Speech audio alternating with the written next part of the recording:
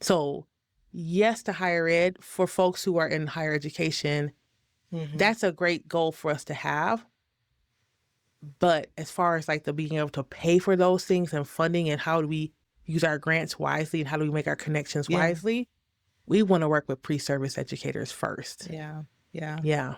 No, that makes sense. That makes sense. And I love that you're thinking about individuals, at zero, as they're finishing up their education, doing their student teaching or placement Yeah. or practicums and Yeah. everything. Because it probably is I can't even imagine what a shock it is when they go into a classroom environment and then the deal with racism that they weren't maybe dealing with it differently on campus, but going out to that first time in a practicum and Yeah. The shock. I think that's a part of it, right? Is seeing educators kind of behind the scenes. Where it's one thing they used to be in front of the educator as a student, but now they get to see them when they're grading papers and hearing them talk about black and brown kids, right? And hearing them say these things that are like a gut punch.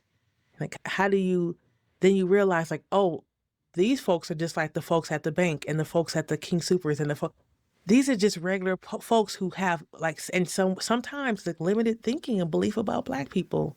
And like, what do I do with that as a teacher who doesn't want to get in trouble because I need this practicum or I need this job, but I want to advocate too for my students and how do I take care of myself in between? So that's why it's so important. And we've been really trying to talk to universities about partnership and them paying for it, right? And saying like, hey, can we come on board to support your folks? And so hopefully that will be the next phase of our work. that's Thank good. you. That's really good. That's really good.